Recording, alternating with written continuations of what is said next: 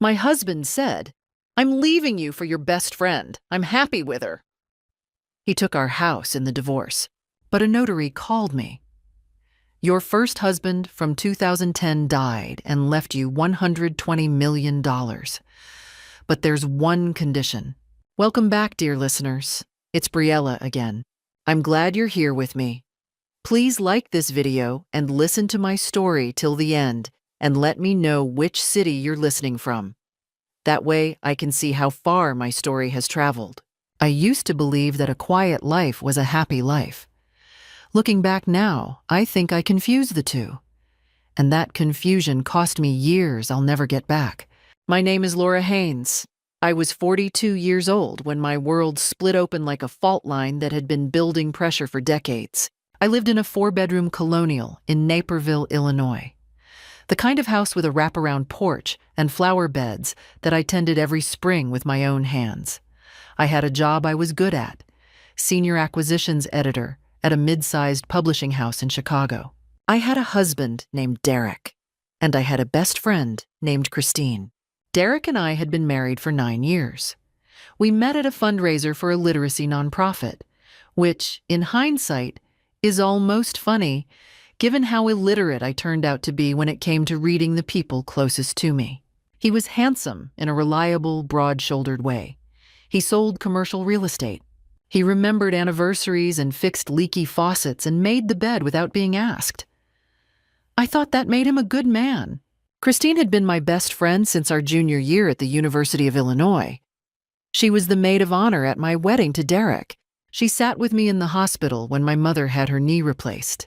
She called me every Sunday morning without fail for 11 years. I would have trusted her with my life. The first sign came in October, 14 months before everything collapsed. I came home from a work trip to New York. 3 days, a publishing conference.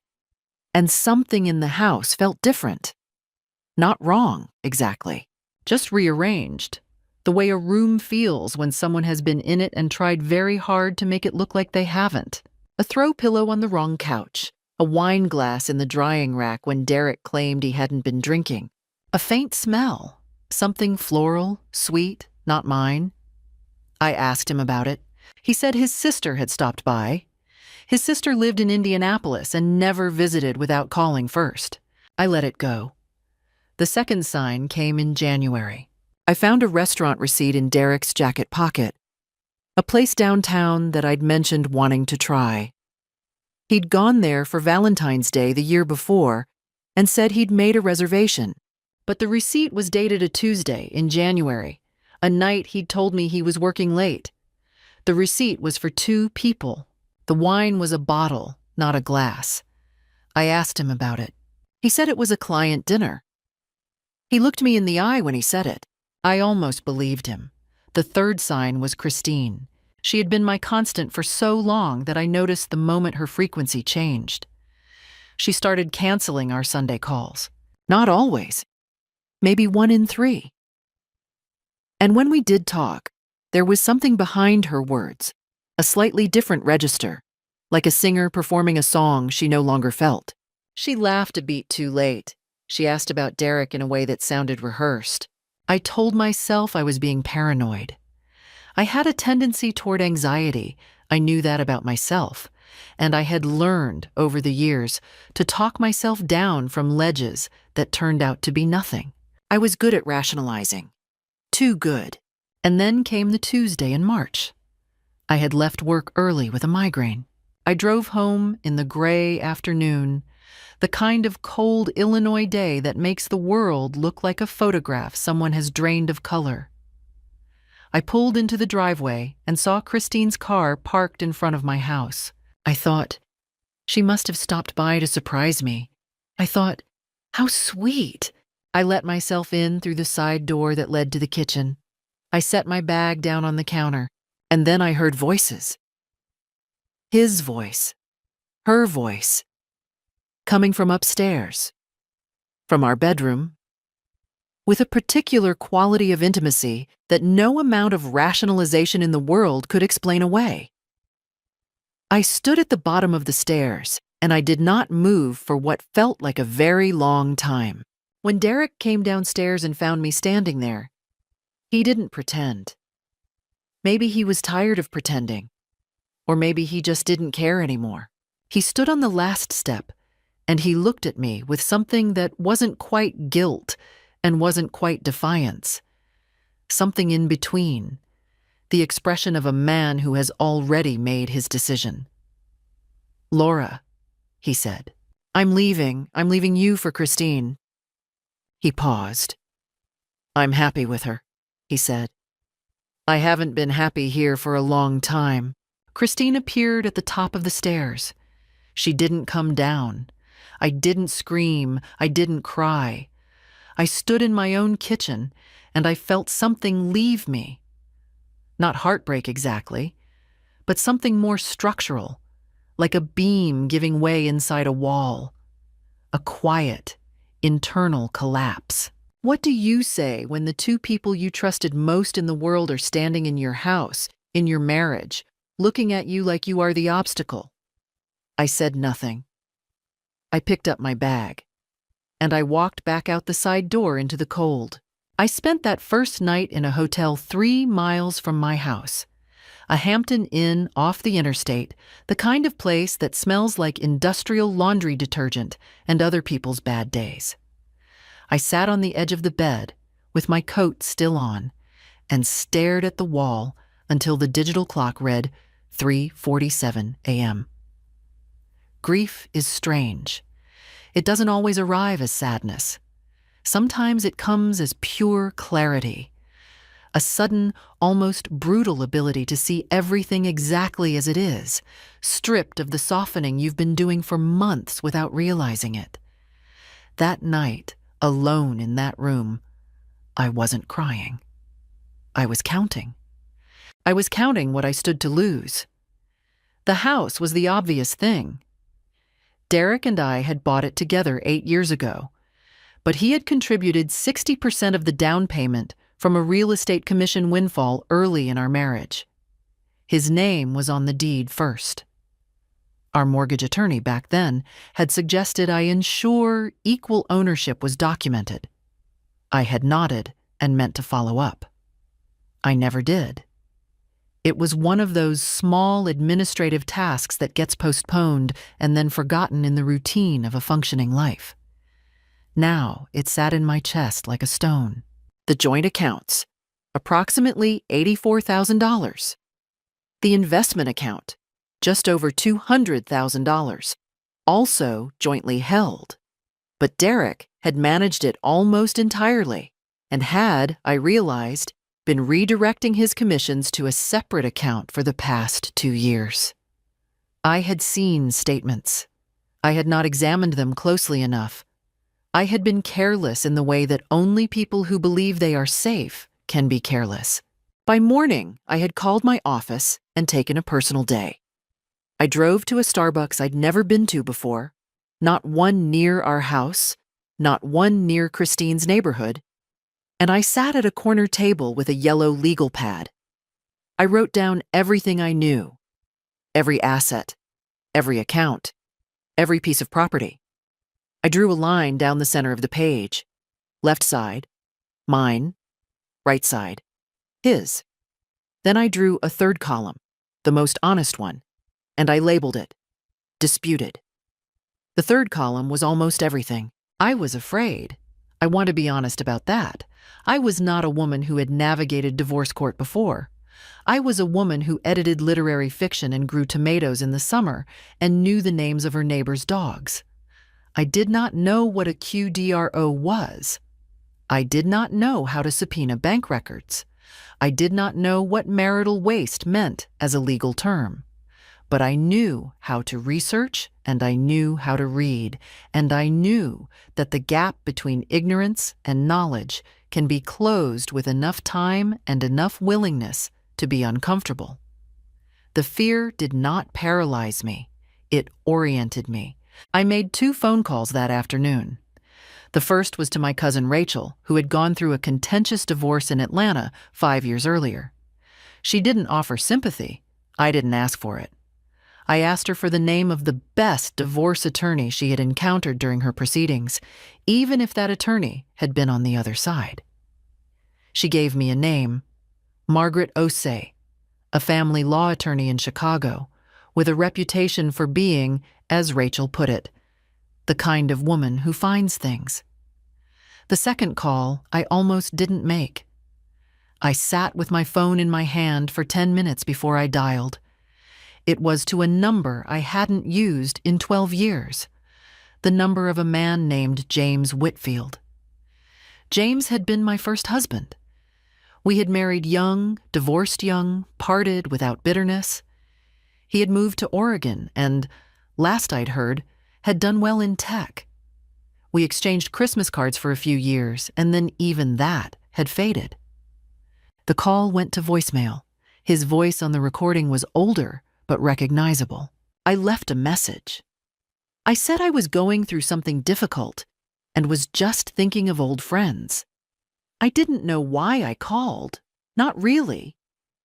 Except that in moments of complete disorientation, we sometimes reach for the earliest version of who we were, before the mistakes accumulated. I hung up and didn't expect to hear back. That evening, I returned to the house while Derek's car was gone. I moved methodically through each room. I photographed documents, tax returns, mortgage statements, investment records, insurance policies. I took the hard drive from our shared home computer. I took the box of paper files from the office closet. I was not stealing. These were my records too. But I knew that very soon the conversation would shift into territory where what I knew and what I could prove were very different things. I found one more thing in the drawer of Derek's nightstand, a folder. Inside it were printed emails between him and Christine, going back 22 months. He had printed them himself and kept them. I've never understood why people do that, keep evidence of their own betrayal. But they do. Perhaps he was sentimental. Perhaps he was careless. Perhaps he simply never imagined I would be standing in his bedroom with a camera and a plan. I photographed every page. The plan was simple at first. Consult an attorney. Document everything. Understand my legal position before Derek had a chance to establish his. Do not act from anger. Act from knowledge. But that night, driving back to the Hampton Inn with a box of files in my backseat, something else occurred to me. Something that didn't fit neatly into the legal strategy, but that felt important in a way I couldn't yet name. Derek thought he had won already. Christine thought so too. They were probably sitting in my house that night, making plans, assuming that I would grieve quietly and settle for whatever they offered me, the way a woman who is blindsided usually does. They did not know me as well as they thought, and neither did I, not yet. But I was about to find out. Margaret Osei's office was on the 14th floor of a glass building on North LaSalle Street, with a view of the Chicago River that felt like a statement of intent. Clear, wide, moving forward. She was 51 years old, Ghanaian American, and had the specific kind of stillness that comes not from calm, but from absolute confidence. She read my notes, looked at my photographs, and set them down on her desk with the measured precision of someone who has seen much worse and remained unbothered. "Tell me about the house," she said. I told her. She wrote things down without reacting. When I finished, she said, "The down payment contribution is a complicating factor, but not a decisive one. Illinois is an equitable distribution state. That doesn't mean equal. It means fair, based on circumstances. 9 years of marriage, your income contributions, any improvements made to the property, all of that counts." She paused. "The emails you photographed, are you certain they document the beginning of the relationship?" I said the earliest one was dated 22 months ago. She nodded once, slowly, and said, Alienation of affection is not actionable in Illinois, but financial misconduct during a marriage is. If he was diverting commission income to a separate account during the affair, using marital funds to support an extramarital relationship, that changes the calculus significantly. I asked her what that meant for the house. "It means we file first," she said, "and we file with documentation." We filed the following Thursday. Derek was served at his office, Margaret's choice, deliberate. Not at home, where he could absorb the shock privately. At his workplace, in front of colleagues, on a Tuesday at 2 in the afternoon. I was not there. I did not need to be. But later, Margaret's assistant told me that he had been walking out of a meeting when the process server approached him, and that the expression on his face had been, in her words, something to see. Christine called me that evening. I let it go to voicemail. I sat in my hotel room. I had moved to a furnished short-term rental by then, a small one-bedroom in Evanston, and I listened to her voice message twice. She sounded injured. She said she hoped we could handle this like adults. She said she cared about me and didn't want things to get ugly. She said she was sorry. She was not sorry. She was scared. I did not call back.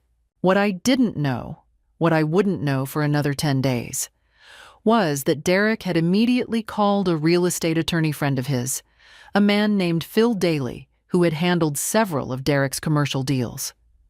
Phil was not a family law attorney. He was not qualified to navigate the specifics of what Margaret had filed, but he was loyal to Derek, and more importantly, he was aggressive, and that made him dangerous in a different way. I found this out because my neighbor, a retired schoolteacher named Barbara Holloway, who had lived 3 houses down from us for 16 years and had never particularly liked Derek, called me one morning to tell me she had seen a man she didn't recognize taking photographs of the house. She had written down his license plate. She texted it to me, along with a photograph she'd taken from her front window. I gave the plate number to Margaret. The car was registered to a private investigations firm with an address in Schaumburg. So, Derek had hired someone to build a counter-narrative, probably looking for anything he could use. Evidence that I had been a bad wife, a neglectful partner, some behavioral justification for his choices that would shift the moral and legal weight. People do this in divorces. They try to make the person they wronged look like the person who deserved it. The discovery was clarifying. Not frightening, clarifying. It told me Derek understood the stakes. It told me he was not going to give me what was mine without a fight. And it told me something more important, that he was paying attention. Which meant I had to be careful about what I did next and how visible I made it. The real proof came on a Wednesday, 11 days after we filed. Margaret had engaged a forensic accountant, a woman named Dr. Sandra Wu, to examine Derek's financial records from the preceding 3 years. The records had been subpoenaed as part of discovery. Dr. Wu called Margaret, who called me, and I drove to Margaret's office in the early afternoon and sat across her desk while she read from a preliminary summary. Derek had opened a personal savings account in his name only in January 2 years ago, 1 month after the earliest email in the folder I'd found. Over 22 months, he had transferred a total of $67,400 from our joint accounts into this account. The transfers were small, irregular, designed to fall below the threshold that triggers automatic review. He had used this account to pay for hotel stays, dinners, a weekend trip to Charleston, 2 pieces of jewelry purchased at a boutique on Michigan Avenue. The jewelry, Margaret noted, was not for me. I could confirm that. I had received no jewelry from Derek in the past 2 years. I sat with that for a moment. $67,000. The careful, incremental theft of it. The calculation required. The patience. This is financial misconduct during the marriage, Margaret said. In equitable distribution, this significantly strengthens your claim to the house and the investment account. He spent marital funds on a third party. The court will treat this as dissipation of assets. I looked at the river through her window. Was this justice? Not yet. But it was the beginning of something that was going to look very much like it. The plan had 3 components, and we executed the first one in April. Margaret filed a motion for exclusive possession of the marital home pending the divorce proceedings, citing Derek's financial misconduct and the documented diversion of marital assets. It was a strong motion. Dr. Wu's preliminary findings were attached as supporting documentation. The argument was straightforward.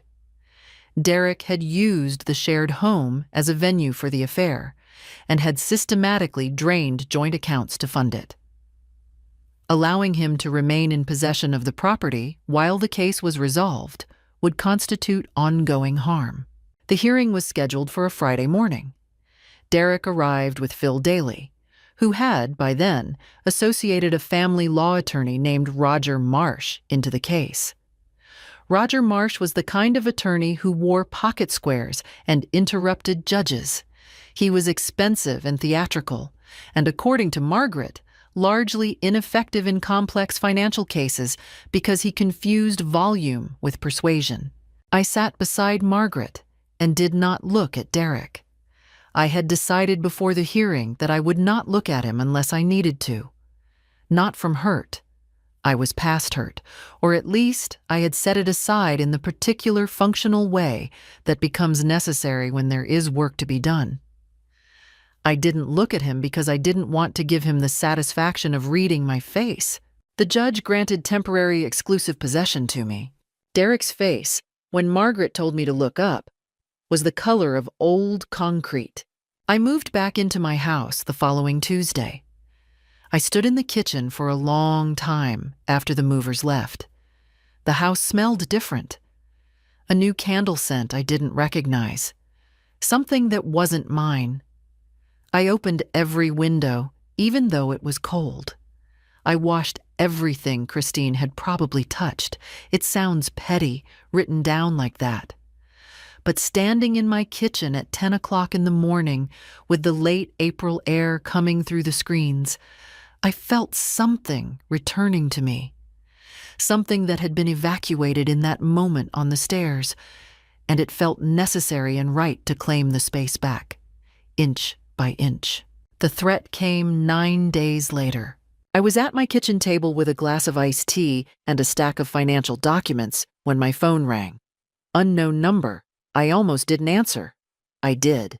It was Derek, not calling from his cell, from what I would later confirm was a burner number. His voice was controlled, but barely. He said he knew what I was doing. He said I was going to regret it.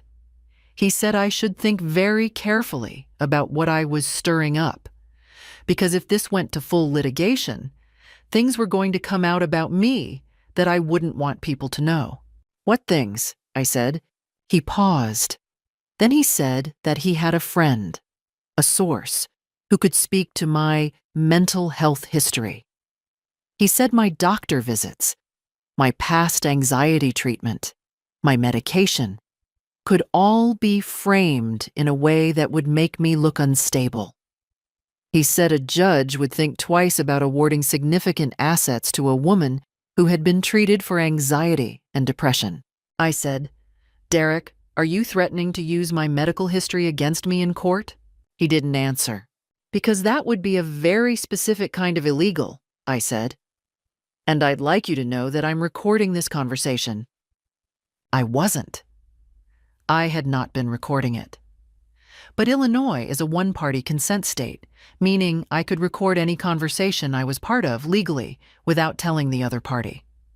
I began recording immediately after I said that, with my second phone, which I kept on the table for exactly this kind of contingency. Margaret had told me to keep it there. I recorded the next 40 seconds of silence and the sound of him ending the call. I sent the recording to Margaret that night, along with a written summary of everything he had said. She filed a motion for sanctions the following week, citing harassment and attempted intimidation of an opposing party. Roger Marsh submitted a response calling my account creative and claiming his client had made no such call. But the burner number, when traced, linked back to a prepaid phone purchased at a Walgreens in Oak Brook, 2 miles from Derek's temporary rental.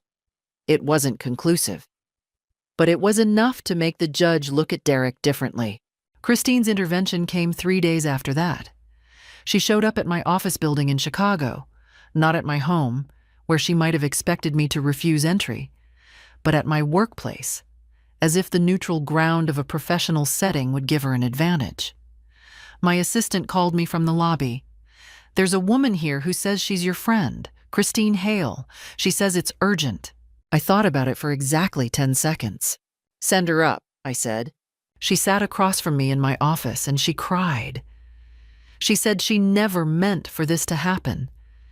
She said she had fought her feelings for a long time. She said she loved me and hated herself. She said she wanted me to drop the case. Not the divorce. She wasn't asking me not to divorce Derek, but the financial claim, the asset litigation, the forensic accounting. She said it was destroying them. She said if I continued, Derek would lose his real estate license. Something about how the commission account transfers, if examined further, might trigger a regulatory review. "You're asking me to protect him," I said. "I'm asking you to protect yourself," she said. "This level of conflict, it's going to hurt you too, emotionally, professionally." She leaned forward. "Laura, you know me. I know you. Is this really who you want to be?" It was a good manipulation. I'll give her that. She had known me for 20 years and she knew exactly where to press. "Christine," I said, "get out of my office." She left. I sat very still for a while after she went. Then I called Margaret and told her what had happened. Margaret listened without comment until I finished, and then she said, "Document it. Time, date, what was said. We may want to add a communication restriction to the existing motions." That weekend I drove to Michigan. Not for any practical reason, just to be somewhere that was not Chicago, not Naperville, not the terrain of all of it. I rented a small cabin near South Haven, and I spent 2 days reading a novel and walking along the lakeshore and eating at a diner where nobody knew me. I watched the water, and I let myself feel, for the first time since March, something adjacent to peace. I needed that. I needed to remember that there was a version of my life that was mine alone, not defined by Derek's choices or Christine's betrayal or the long procedural machinery of family court. There was a woman who liked novels and lakeshore walks and diner coffee. She was still there. She had not been erased. I drove back to Naperville on Sunday evening, ready for whatever came next. The call came on a Monday, late afternoon, while I was reviewing page proofs at my desk. It was Phil Daly, not Margaret, not the court, not some formal channel, but Derek's real estate attorney calling my direct line at work. He introduced himself politely and said he was reaching out off the record, one professional to another. He said Derek wanted to make an offer, not through the attorneys. A private arrangement, outside the litigation. He said Derek was prepared to sign the house over to me outright, with no contest, if I agreed to drop the forensic accounting examination and accept a 50-50 split of the joint investment account. "The house is worth $640,000, I said. "That's correct. The investment account has $212,000 in it." "Approximately, yes. So he's offering me the house and $106,000 in exchange for stopping the forensic review that would reveal how he's been misappropriating marital funds for 2 years. There was a pause on the line. Phil Daly said, "That's one way to characterize it. Is there another way?" Another pause. "He's offering you a clean exit. No more depositions. No more court dates. You take the house, half the account, and you move on with your life. I looked out my office window at the Chicago skyline, gray and clear against an early May sky. I thought about what Derek was really afraid of. Not the house, not even the money. He was afraid of what Sandra Wu's forensic review would find if it went deeper. The 22 months of transfers I already knew about. Was that all of it? Or was that only the portion he'd been careless enough to leave a trail for? Phil Daly's call told me there was more. Derek would not be offering me this much if there were nothing further to protect. Tell Derek, I said, that I'll be in touch through my attorney. I hung up. Then I sat with my hands flat on my desk and I breathed. Cold. That's the word for what I felt. Not angry, not vindicated. Cold. The kind of cold that is actually clarity. I was being offered a bribe wrapped in the language of generosity, and the offer itself confirmed that I was standing exactly where I needed to be standing. I did not call Margaret until the following morning. I wanted to sleep on it, not because I was uncertain, but because I had learned over the preceding weeks that decisions made in the residual heat of a provocation are often 1 degree less precise than they need to be. I slept. I woke up with the same answer I had gone to sleep with. Tell Sandra Wu to go deeper, I said. Margaret, for the first time since I had hired her, allowed herself a small smile. But what I needed most in those weeks was not strategy. It was witness. It was someone who knew me outside of the legal framework, who could sit with me in the parts of this that had nothing to do with asset division or forensic accounting. In the simple human grief of having been betrayed by the 2 people closest to you. That person turned out to be my colleague, Diane Park. Diane was the deputy editor at my publishing house, 10 years my senior, Korean American, twice divorced herself, with the particular wisdom that comes from having been through something and chosen to learn from it rather than harden around it. We had been friendly for years, but not close. The kind of workplace relationship that stays pleasant by staying surface level. I'm not entirely sure why I told her. We were eating lunch in the small conference room one afternoon in May, just the 2 of us, and I suppose something in my expression gave me away, because she set down her fork and said, "Laura, what's happening with you?" And I told her. All of it. She did not offer advice. She did not say, "I always knew Derek was wrong for you," or "Christine was never really your friend." The things people say in those moments that are meant to be comforting and are actually erasures of your own history and judgment. She said, "That must have been a profound shock." And then, "And now you're doing what needs to be done." It was enough. More than enough. Diane introduced me to her therapist, a woman named Dr. Carol Reeves, who had an office near the Art Institute and a calm, measured practice that did not involve lying on a couch or interpreting dreams.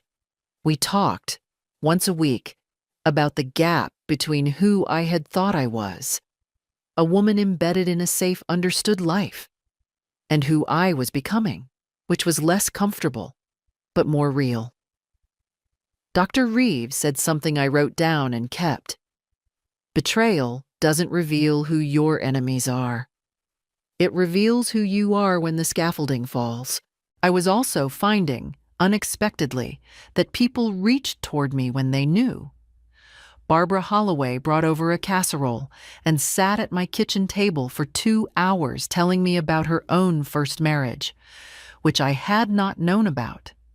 A former colleague who had gone through a protracted divorce 7 years ago sent me a carefully compiled list of resources, legal, financial, emotional, with a note that said, "You won't need all of this, but it's good to have the whole map, small gestures, weighted, each one with the particular significance of being freely given." I was not alone. I had not understood before this how thoroughly I had insulated myself inside a marriage. How two people can, over the course of years, slowly become each other's only real witnesses. And how, when that structure dissolves, the first sensation is not freedom, but exposure. The exposure was frightening, but the people who reached through it were real.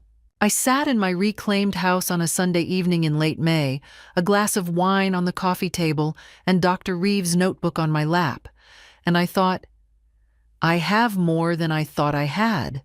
I always did. I just wasn't looking. Derek and Christine were watching. I knew they were. The PI photographs, the failed negotiation attempt, Christine's office visit. They were trying to read me, to find the moment when I would falter or recede. They expected the version of me that had been quietly accommodating for 9 years, the woman who let things slide, who prioritized harmony over precision, who trusted without verifying. That woman still existed, but she had learned something, and she was done being the easiest person in the room. They came together. That was the part I hadn't anticipated. Not Derek alone, not Christine alone, but both of them, on a Saturday afternoon in June, ringing my doorbell with the particular confidence of people who have coordinated in advance. I saw them on the Ring camera before I opened the door. I stood in my hallway for a moment and watched the small screen. Derek in a blue linen shirt. Christine in the kind of casual, expensive dress she wore when she wanted to seem unthreatening.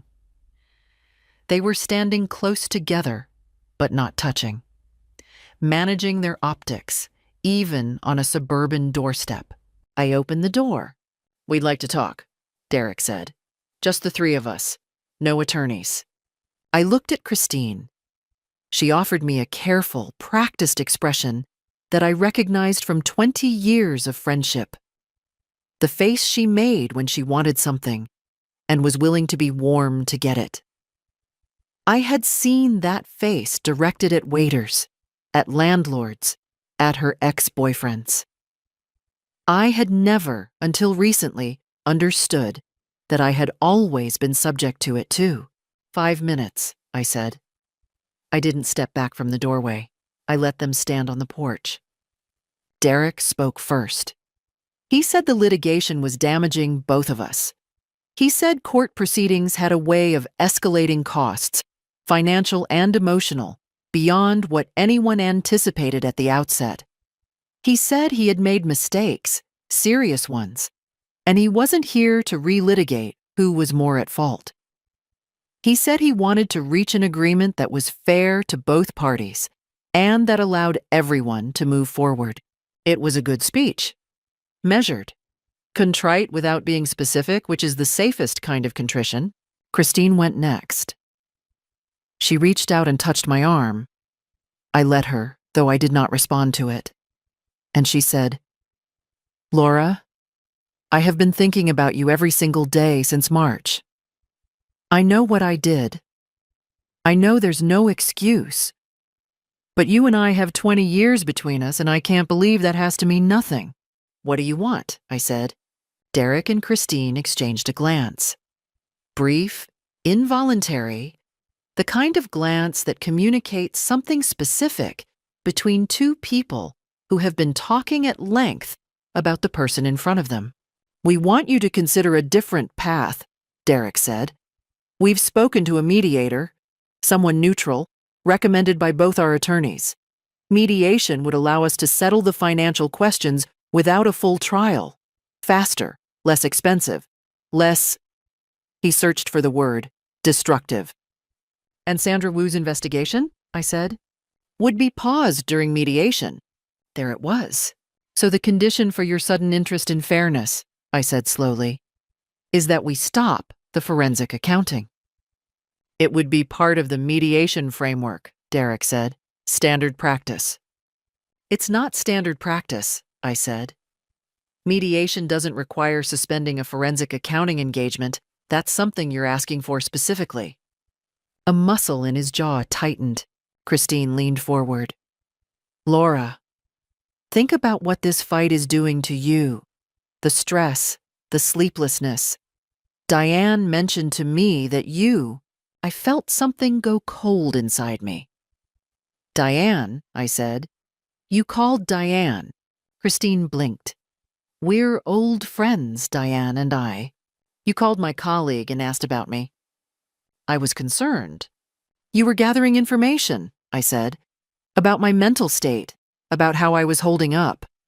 Because you and Derek decided that if I was falling apart, you might be able to convince me to settle on your terms.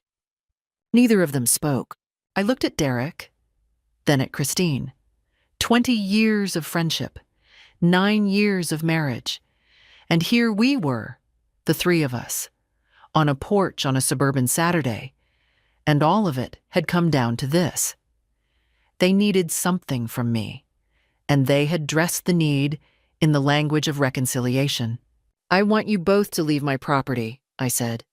Derek took a step forward, not physically threatening, but entering my space in a way that was meant to signal authority. Laura, if you continue this, you're going to get hurt. I have enough, Derek. My voice was very quiet. I have a recording application running on my phone right now. Would you like to continue what you were about to say? He stopped. Leave, I said. They left. Derek's walk back to his car had the slightly stiff quality of a man recalibrating. Christine looked back once from the passenger window as they pulled out of the driveway. I don't know what she expected to see on my face. Whatever it was, I hope she didn't find it. I closed the door and stood in my hallway and let myself shake for a moment. Because I was afraid. That's the truth. Derek's half-finished sentence, his step forward, the knowledge that he had more he was willing to threaten me with. All of that was real. I felt it in my body in the way that fear announces itself, as something cold moving from the chest outward. But here is what I had learned about fear in those months. It has texture.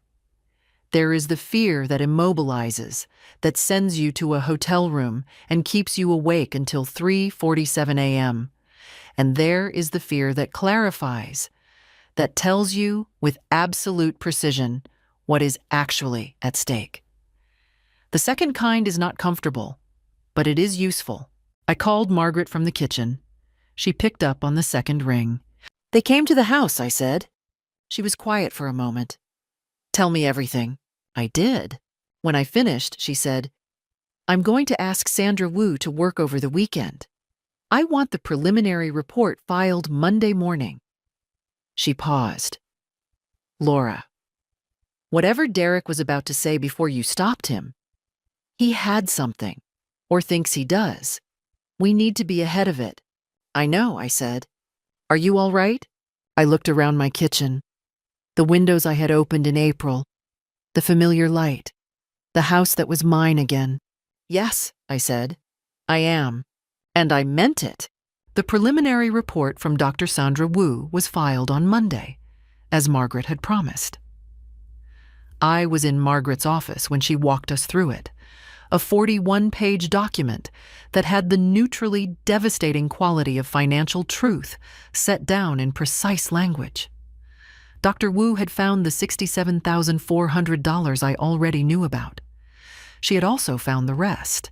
Over a period of 3 years, not 2, as Derek had allowed me to believe, Derek had structured a secondary financial architecture designed to operate in the shadow of our joint accounts.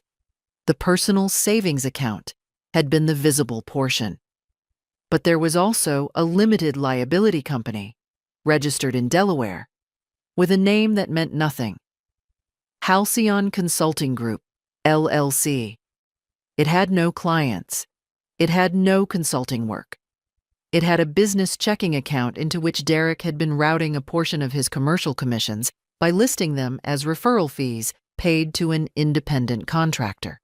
That contractor was Halcyon Consulting, which was Derek. The total amount routed through this structure over 3 years, $214,000.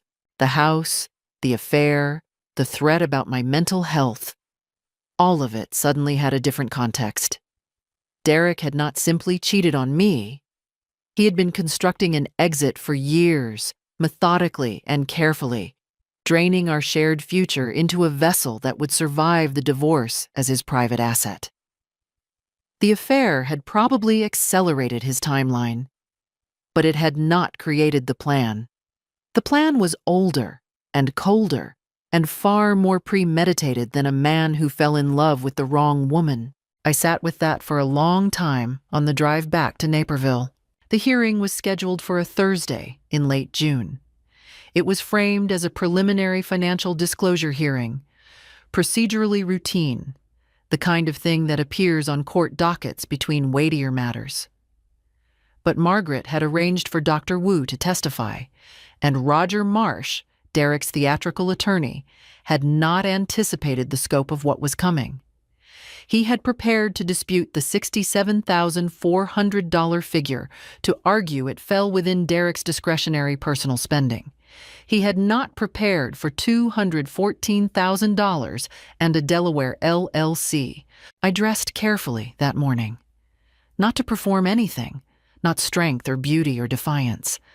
I dressed because it was a significant day and it deserved the attention. Gray suit, good shoes, the small pearl earrings my mother had given me the year Derek and I got married. The courtroom was smaller than I had imagined.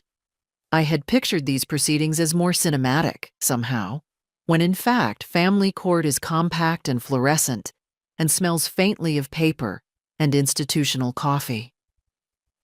Derek sat at the opposite table with Roger Marsh and a younger associate. He was wearing the blue linen shirt again, or one very like it. He looked at me when I entered. I met his eyes for exactly 1 second, and then looked at Margaret and sat down. Dr. Wu testified for 40 minutes.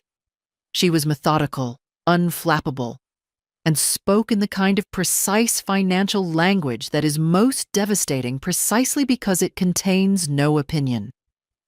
Only numbers, accounts, dates, structures. Roger Marsh cross-examined her with the practiced aggression of a man attempting to create doubt where there is clarity. He asked about industry standard commission structures. He asked about Delaware LLC regulations. He asked whether it was possible that a consulting LLC of this type might have legitimate business purposes. Dr. Wu said, "In theory, yes. However, there are no invoices, no client engagements, no correspondence with third parties, no deliverables of any kind associated with Halcyon Consulting Group over its 3 years of operation. The account received funds. The funds were withdrawn in cash and through transfers to Mr. Haynes's personal accounts. There is no evidence of any business activity." Marsh pivoted. He argued that my overly aggressive litigation strategy constituted financial waste of its own, that my attorney's fees, my engagement of a forensic accountant, were themselves a drain on marital assets. He began to read from a prepared statement about my emotional instability, referencing vaguely documented psychological treatment. Margaret was on her feet before he finished the sentence. She filed an emergency motion to strike, citing Derek's prior attempt to weaponize my medical history, which was in the record because of the conversation I had begun recording. The judge, a woman named the Honorable Patricia Solano, looked at Marsh over her reading glasses with the precise expression of someone who has heard this exact argument too many times. "Mr. Marsh," Judge Solano said, "I'm going to ask you to redirect your argument toward the financial documentation in front of us, which is both substantial and specific. Mental health treatment is not relevant to asset division, and any further reference to it will result in sanctions." She paused. "Is that clear?" Marsh straightened his pocket square and said yes. Derek, across the table, had stopped looking at me. He was looking at the surface of the table. There is a particular stillness that comes over a person when they understand, for the first time, that they are not going to win. Not a dramatic collapse, just a subtraction of forward energy, like a fire that has found its oxygen cut off. I recognized it because I had felt something like it myself, standing at the bottom of my own staircase in March. The difference was that I had turned mine into something. He had only just arrived at his. The judge recessed for 20 minutes. When she returned, she issued a preliminary ruling. Derek's commission diversions constituted dissipation of marital assets under Illinois law. The Delaware LLC, Halcyon Consulting Group, would be treated as a marital asset, and its funds, all $214,000, would be included in the marital estate subject to equitable distribution. Full trial was scheduled for October, but the preliminary ruling established the framework within which any settlement would have to operate. I walked out of the courthouse behind Margaret and into the yellow June afternoon, and I stopped on the sidewalk, and I breathed. Not triumph. Not quite. Something more specific. The sensation of a wrong being officially named, of the record being corrected, of saying, "This happened, and it was a lie. And now everyone in the room knows it." Margaret said, "They'll want to settle now. This changes everything." I said, "Let them come to us." She almost smiled again, this time fully. They came to us within the week. Roger Marsh's office called Margaret on a Tuesday and requested a settlement conference. Margaret scheduled it for Friday. I sat in her conference room the evening before, going through every number, every document. I was not nervous. I was precise. The conference took place in a neutral law firm's conference room on Michigan Avenue. Derek arrived first with Roger Marsh. He looked diminished, not physically, but structurally, as if the framework he'd been operating from had been quietly removed, and he was still trying to stand where it used to be. I arrived with Margaret and Dr. Wu. I sat across from Derek and felt nothing in particular. Not anger, not sorrow, just clarity. The emotional temperature of a person who has done the work and knows the numbers and has stopped needing to be right because the record has established it for them. Margaret opened with our position. We were not there to negotiate. We were there to formalize. Marsh had expected a negotiation. Margaret was offering a structured resolution. The terms, the house, free and clear, to me, the full investment account of $212,000, to me, offset against the $214,000, diverted through Halcyon Consulting Group. Derek's personal savings account split 60-40 in my favor. Derek would retain his business assets and retirement accounts in exchange for waiving any claim to the marital residence or investment account. Attorney's fees and forensic accounting costs paid by Derek, given that his misconduct had necessitated the investigation. Marsh countered with roughly half. Margaret did not move. "Mr. Marsh, your client has 3 months until October, at which point Dr. Wu's full findings enter the public record. The Delaware LLC, the cash withdrawals, the commission diversions, all of it. Whatever reputation Mr. Haynes has left in Chicago, real estate will be significantly affected. I'd advise your client accordingly." Derek leaned toward Marsh and said something quietly. Then, "My client would like a brief recess." "Of course," Margaret said. They stepped out. Outside the windows, the Chicago River moved west toward the lake. They came back in 11 minutes. Derek signed everything. I signed my copies at the same table, set down the pen, and that was that. Outside on Michigan Avenue in the July heat, I let myself have 1 full minute of something I hadn't permitted in 4 months, feeling the weight lift. Not celebration. Something quieter. The relief of having carried something heavy all the way to where it needed to go. But I need to tell you about the phone call. 3 weeks after the settlement, a Thursday evening in late July, I was on my porch with a book when my phone rang. "Ms. Haynes?" My name is Gerald Stokes, estate attorney in Portland, Oregon. I'm calling regarding the estate of Mr. James Whitfield. James, my first husband. The voicemail I'd left in March that had gone unreturned. Mr. Whitfield passed away in April. You are named as the sole primary beneficiary of his estate. A pause. The estate has been appraised at approximately $120 million. The evening light was doing something remarkable over my yard. Everything gold and still. I said, "You mentioned a condition." James had left a letter.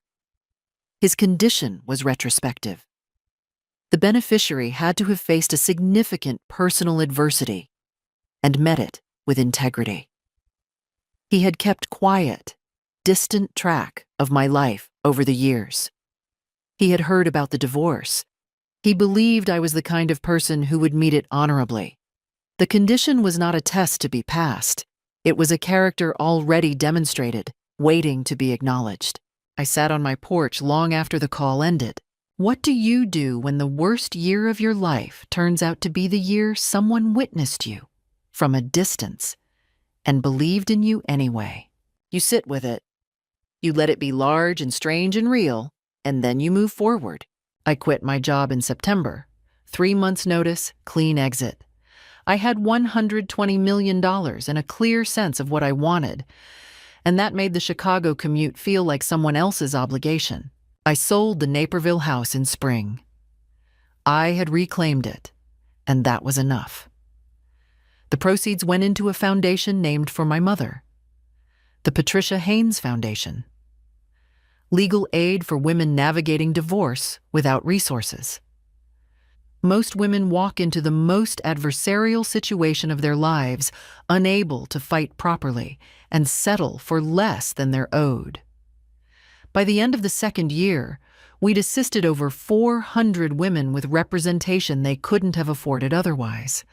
That number is what I'm most proud of. I moved to Marfa, Texas. The landscape had never left me since I'd visited years before. The flatness, the enormous sky, the light that doesn't apologize, a wide house on a hillside, bookshelves on every wall, the desert changing color every morning from my porch. Now about Derek and Christine. Derek lost his real estate license 8 months after our settlement. The IDFPR found he had misrepresented his commission arrangements to clients and his brokerage. Suspended. Never restored. His relationship with Christine didn't survive the year. They had only ever been a secret, then a crisis. When the crisis resolved, there was nothing underneath. Christine sent one letter. Genuine. Regretful. I didn't respond. Not from cruelty, but because sometimes the most honest thing you can do with an ending is let it be one. I am not lonely. I am exactly where I chose to be. What I learned is simple. The moment you stop protecting someone else's comfort at the cost of your own truth, the world reorganizes itself around what is real. What would you have done? Leave your answer in the comments. Share this with someone who needs it today. Thank you for listening.